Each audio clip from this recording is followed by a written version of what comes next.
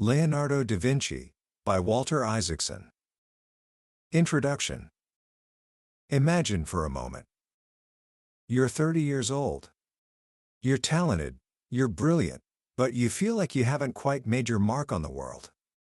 You're looking for a new job, a fresh start in a new city. So, you decide to write a letter to the most powerful man you can think of, a duke, a ruler, and you lay out everything you can do for him. You begin by listing your engineering skills. You tell him you can design indestructible bridges, that you know how to divert rivers. You tell him you've invented cannons that can fire like a hailstorm, and armored chariots, tanks, that can smash through enemy lines. You detail 10 full paragraphs of your military and engineering prowess. And then, only at the very end, almost as an afterthought, you add one more thing. You write, likewise in painting, I can do everything possible. The man who wrote that letter was Leonardo da Vinci. And yes, he could do everything possible in painting. He would go on to create the two most famous paintings in history, The Last Supper and the Mona Lisa. But in his own mind, he wasn't just a painter. He was a man of science, of engineering, of endless, ravenous curiosity. Today, we're diving into Walter Isaacson's magnificent biography, Leonardo da Vinci. This isn't just a story about art history. It's the story of a mind that danced with nature, a mind that refused to be put in a box. Isaacson's book has captivated millions because it reveals the blueprint of a genius who was, above all, human. He was a misfit, born out of wedlock, gay, a vegetarian, left-handed, and easily distracted. And by the end of our journey today, you'll understand a profound secret. Leonardo's genius wasn't a bolt of lightning from the heavens. It was something he built, piece by piece, through habits of mind and a way of seeing the world that any of us can learn from. He teaches us that the key to true creativity isn't just mastering one skill, but seeing the connections between everything. It's about understanding how the curl of a strand of hair follows the same mathematical principles as a whirlpool of water, and how dissecting the muscles of a human face can unlock the secret to the world's most enigmatic smile. So, let's explore the mind of the most relentlessly curious man in history. Book summary. Our story begins with a stroke of incredible luck. Leonardo da Vinci was born out of wedlock. Now, that might not sound like luck to you. But in 15th century Florence, it was the single greatest gift he could have received. His family, for 5 generations, had produced notaries, respected, rule-following legal professionals. Had Leonardo been a legitimate firstborn son, that would have been his destiny. He would have spent his days drafting contracts instead of sketching flying machines.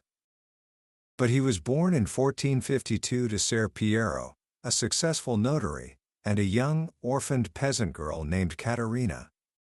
His grandfather simply wrote in the family journal, "A grandson was born to me." He bears the name Leonardo. His mother, Caterina, wasn't even mentioned. Socially, she was invisible. Shortly after his birth, his father married a woman of his own class, and his mother was married off to a local farmer. So from the very beginning, Leonardo was an outsider. He was part of a respectable family, but not fully part of it. He lived in a state of ambiguity, belonging and yet not belonging. This feeling of being a detached observer would shape his entire life and his art. The second stroke of luck that came from his birth was that he didn't receive a formal, classical education. He went to what was called an abacus school, where he learned practical math for merchants, but he never properly learned Latin, the language of the educated elite. He felt insecure about this his whole life, calling himself an unlettered man. But this perceived weakness was his secret strength. Because he wasn't trained to blindly accept the wisdom of ancient books, he trained himself to do something far more powerful, to learn from experience. To observe. To test. to see the world with his own eyes. He who can go to the fountain, Leonardo once wrote, does not go to the water jar. He became, as he proudly signed his name, a disciple of experience. This freed his mind. He wasn't weighed down by the dusty dogmas of the past. He could question everything. And question, he did. His laboratory was the world, and his research tools were his two eyes and a small notebook he kept tied to his belt. These notebooks are perhaps his greatest creation. Over 7,000 pages survive today, and they are the most astonishing record of a curious mind ever created. They are a whirlwind of ideas, a testament to a mind that refused to stay still.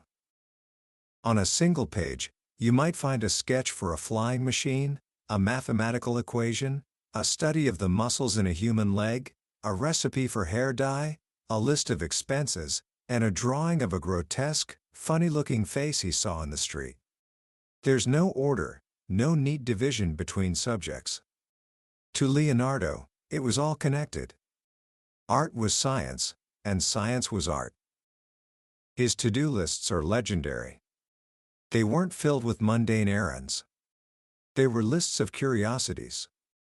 Get the master of arithmetic to show you how to square a triangle, one reads. Ask Giannino the Bombardier about how the Tower of Ferrara is walled.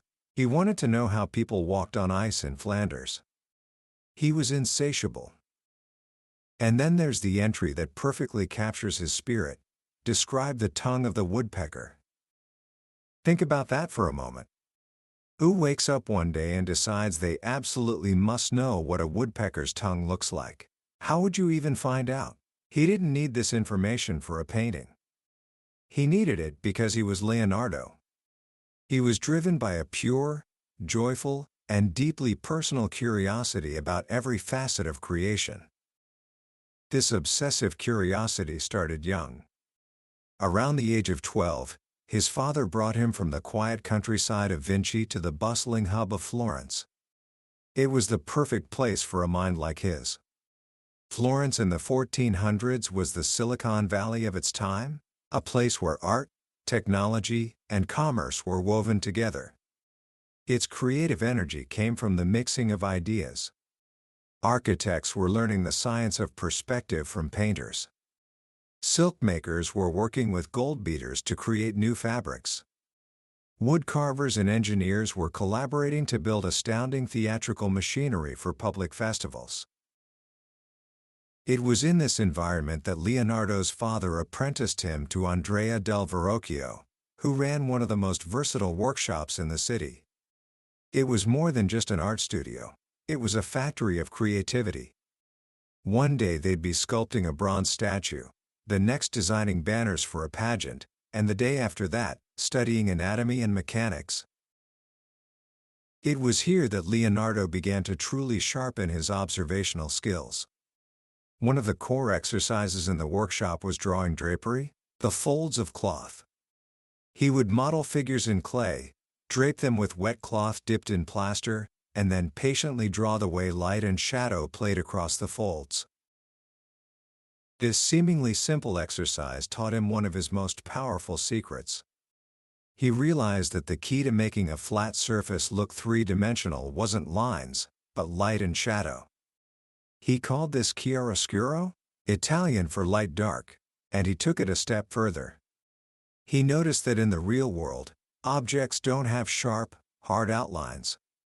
Their edges are soft, they blur into one another. He invented a technique to capture this, which he called sfumato, smoked. He learned to paint without lines, blending colors and shadows like smoke dissipating in the air. This is the technique that makes the Mona Lisa's smile so mysterious and uncatchable. You see it, but you can't quite pin it down.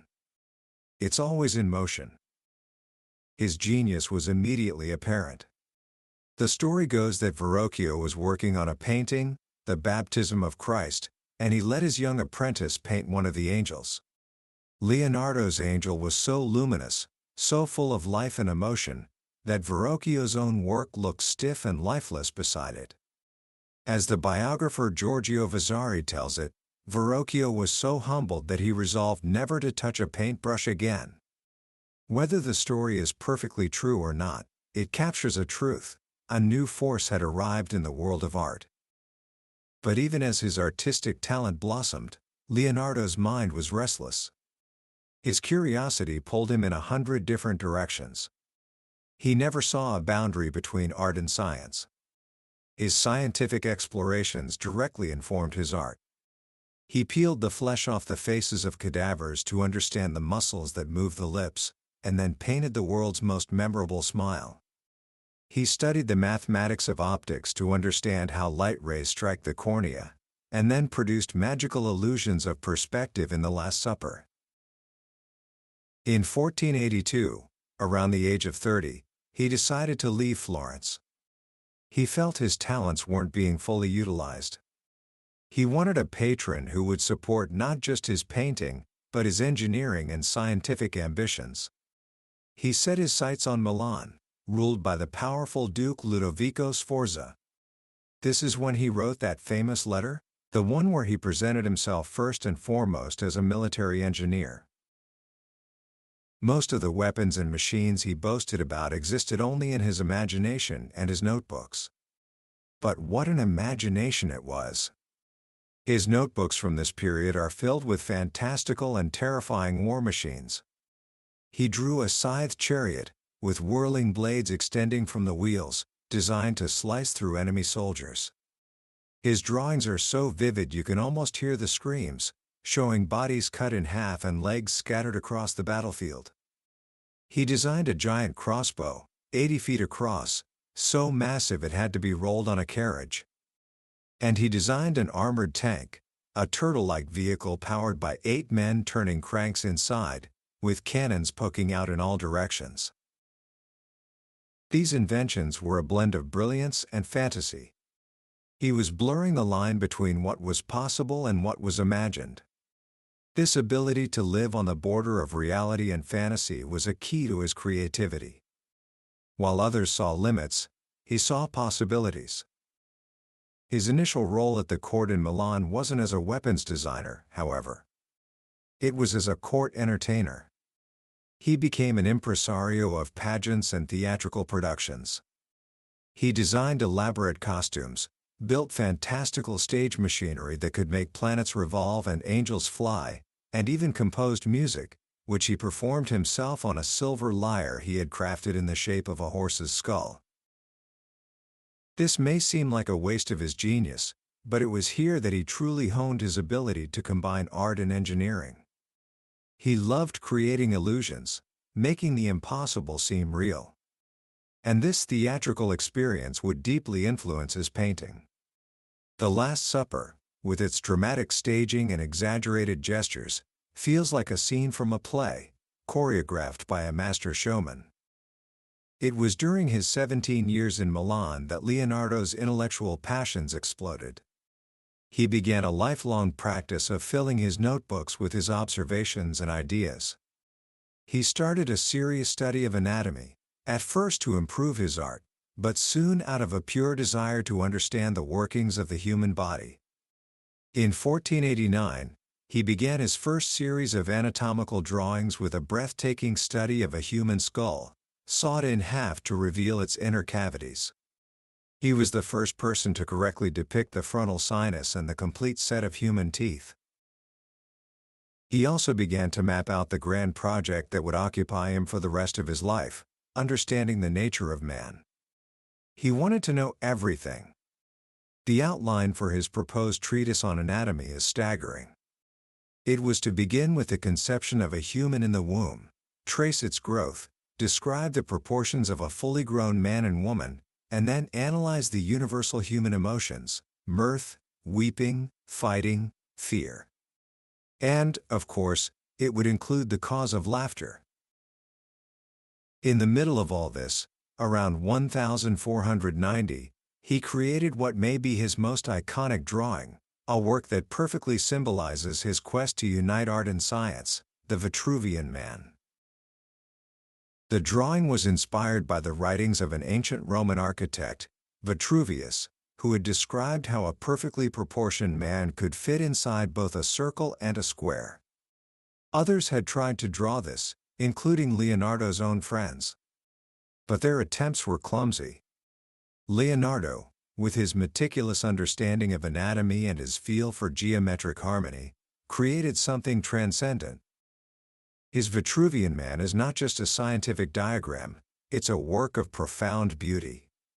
The man's face is intense, his hair a cascade of curls. He is simultaneously still and in motion, a single figure in two poses, his arms and legs spread eagle inside the heavenly circle, and standing firm inside the earthly square. With this single image, Leonardo captured the Renaissance belief in the dignity of man, and his own personal philosophy, that humanity is a microcosm of the universe, and we are connected to all of creation through beautiful, mathematical patterns. His greatest commission in Milan was to paint the Last Supper on the wall of a monastery dining hall. He chose to depict the most dramatic moment of the story, the instant after Jesus announces, "One of you will betray me." What follows is a tidal wave of emotion. Leonardo captures it perfectly. The apostles are not posed stiffly, they are a whirlwind of shock, confusion, and accusation. He grouped them in threes, creating a rhythm of motion that ripples out from the calm, central figure of Jesus. Bartholomew, on the far left, leaps to his feet. Judas, cloaked in shadow, recoils, clutching his bag of silver. Peter, hot-headed and impulsive, leans forward, gripping a knife. It's a masterclass in what Leonardo called portraying the motions of the mind. Each gesture, each expression, reveals the character's soul. But in his typical fashion, Leonardo's relentless pursuit of innovation led to a technical disaster. Traditional fresco painting required applying paint to wet plaster, a fast and unforgiving process. Leonardo wanted to work slowly, to layer his paints and perfect every detail, just as he did with his oil paintings on wood panels. So he experimented with a new technique, painting with a mix of tempera and oil directly onto a dry wall. It was a catastrophic failure. Within 20 years, the paint began to flake away. The masterpiece was already a ruin. Leonardo's personal life was just as complex and unconventional as his professional one. He never married and had no children.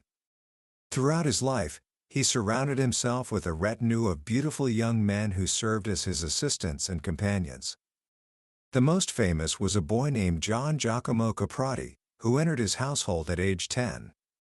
He was so mischievous that Leonardo nicknamed him Salai, or Little Devil. Salai was, as one contemporary described him, a graceful and beautiful youth with fine curly hair in which Leonardo greatly delighted. He stole money, broke things, and lied constantly, yet Leonardo adored him, dressed him in fine pink clothes, and kept him as his companion for over 25 years.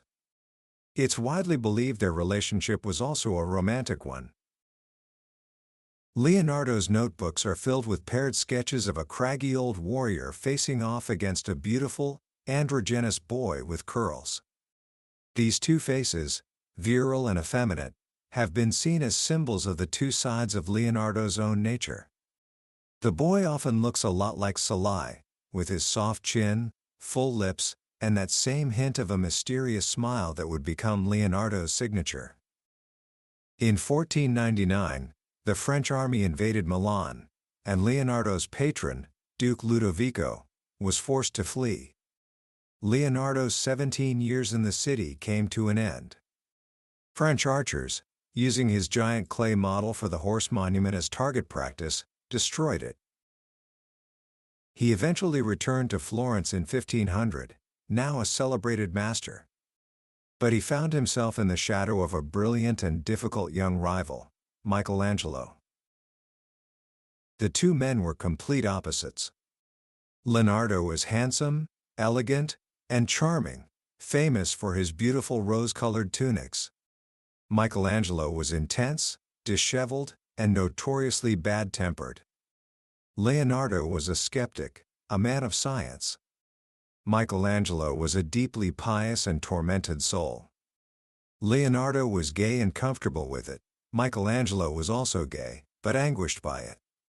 Vasari tells a story of Michelangelo publicly insulting Leonardo in the streets of Florence, mocking him for his failure to cast the Great Horse Monument in Milan. There was, as he put it, a very great disdain between them. This rivalry came to a head when they were commissioned to paint two enormous battle murals on opposite walls of Florence's great council hall. It was a direct competition, a public duel between the two greatest artists of the age. Leonardo chose to paint the Battle of Anghiari, focusing on a furious, chaotic clash of men and horses fighting for a battle standard. His preparatory drawings are a whirlwind of motion and savagery. Horses bite and kick, their eyes wide with fury. Soldiers scream, their faces contorted in what he called a most beastly madness. He wanted to capture both the terrifying brutality and the thrilling energy of war. Michelangelo, true to his own obsessions, chose a completely different scene for his Battle of Cascina.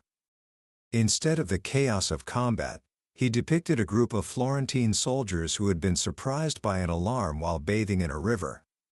His painting was an excuse to do what he did best: portray muscular, heroic male nudes in a variety of powerful, twisting poses. Leonardo was scornful. He mocked Michelangelo's style, saying that he drew his figures to look like a sack of walnuts rather than the human form. He believed Michelangelo painted like a sculptor, focusing only on lines and form, without understanding the subtleties of light, color, and atmosphere that made a painting truly come alive. In the end, neither masterpiece was ever finished. Michelangelo was called to Rome by the Pope to work on other projects.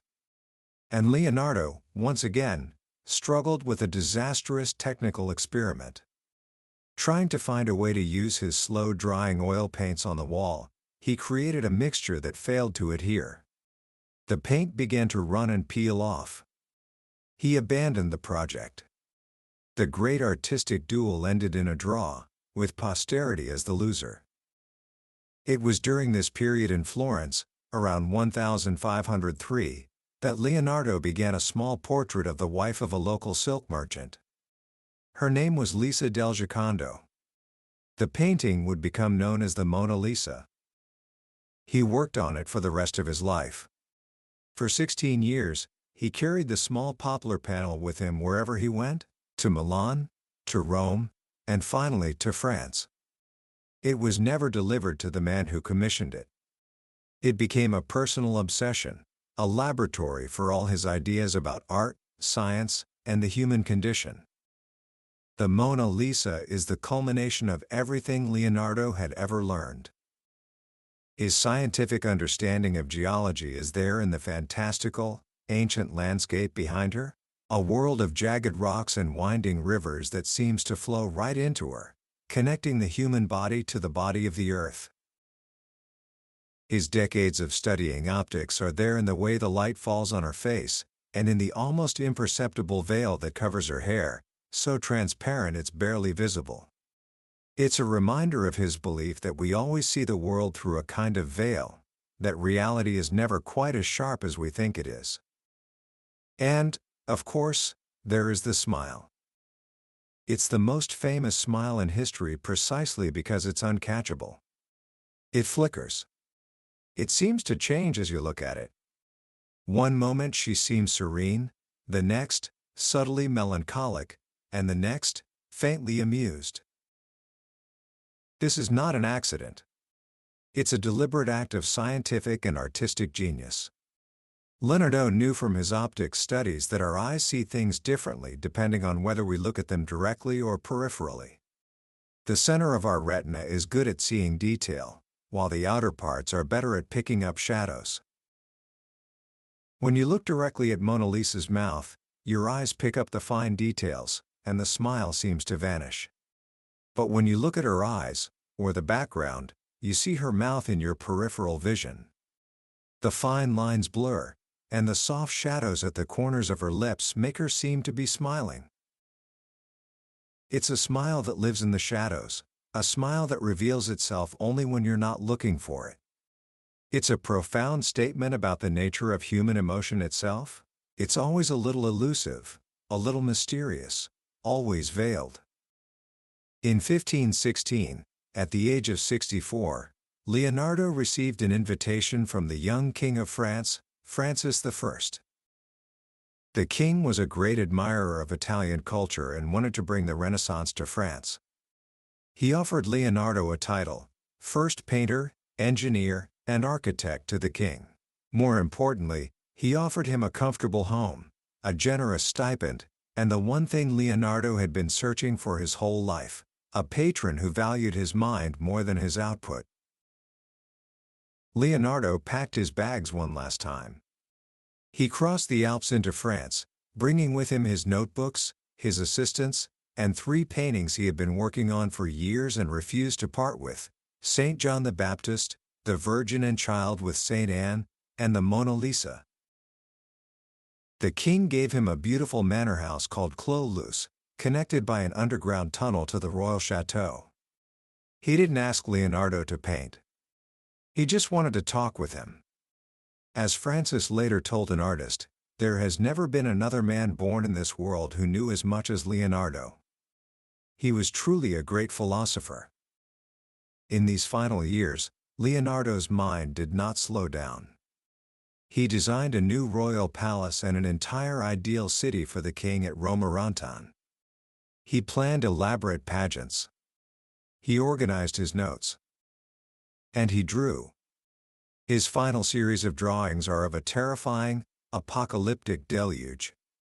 They are a vortex of swirling water and wind, a chaotic storm destroying the world. These drawings are the dark culmination of his lifelong obsession with the movement of water. The gentle ripples of the Arno River from his first landscape drawing had become a furious, destructive torrent. They are powerful, frightening, and deeply personal, the final outpourings of a mind grappling with the awesome power of nature and perhaps his own mortality. One of the last pages in his notebook shows him still wrestling with geometry problems, trying to square the circle. Then, in the middle of a calculation, he stops. He writes a final sentence in his elegant mirror script, "Perché la minestra si fredda?" Because the soup is getting cold. And with that, the pen of the most curious man in history falls silent. He died on May 2, 1519, at the age of 67. Vasari tells a beautiful, though probably embellished, story of King Francis rushing to his bedside, and Leonardo dying in the arms of the king who had finally given him the unconditional admiration he had always sought. He left behind a legacy of unfinished projects and scattered notes. But he also left a handful of masterpieces that would change the course of art forever.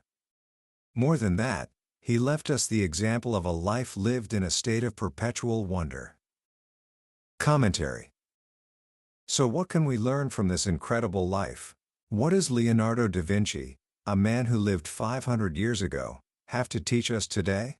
I think the most powerful lesson is about the nature of genius itself. We often think of genius as something magical, a gift from the heavens that you're either born with or you're not. But Isaacson's biography shows us that Leonardo's genius was something he built. It was a product of his own will, his own effort. It was grounded in skills that we can all aspire to cultivate. First and foremost is his relentless curiosity. He never stopped asking why. He never outgrew that childlike sense of wonder that most of us lose somewhere along the way. He shows us that curiosity is a muscle. The more you use it, the stronger it gets. So, start asking questions. When you see something interesting, don't just glance at it and move on. Stop. Observe it. Ask yourself how it works. Go down the rabbit hole. It might not lead to a great scientific discovery, but it will make your life infinitely richer and more interesting. Second, he teaches us to observe. Leonardo's superpower was his ability to truly see the world around him. He didn't just look, he observed. He noticed the subtle ways light falls on a piece of cloth, the way a bird's wings move differently on the upstroke versus the downstroke, the tiny muscles that pull at the corner of a mouth to form a smile. We live in a world of constant distraction, where we're encouraged to scroll past things rather than study them. Leonardo's life is a call to slow down. To put away the phone and just look. To really see the patterns in the leaves of a tree, or the way water swirls in a bowl. It's in those details that the beauty of the world reveals itself. And finally, he shows us the magic of blurring the lines. Leonardo refused to be siloed. He didn't see a distinction between art and science, between reality and fantasy. To him, they were all part of the same beautiful, interconnected whole. He understood that the greatest creativity happens at the intersections, where different disciplines and ideas collide. In our world, which pushes us to specialize more and more, Leonardo's example is a powerful reminder to be a polymath. To have diverse interests. To read about history and science and art and poetry. To learn a new skill. Because you never know where the next great connection will come from. His life wasn't perfect. He was a procrastinator. He left a trail of unfinished projects. He could be moody and difficult. But even his flaws are a source of inspiration. They make him human. They show us that genius is not about being flawless, it's about having a passion so intense that it sometimes gets in its own way. That was the book summary of Leonardo da Vinci by Walter Isaacson.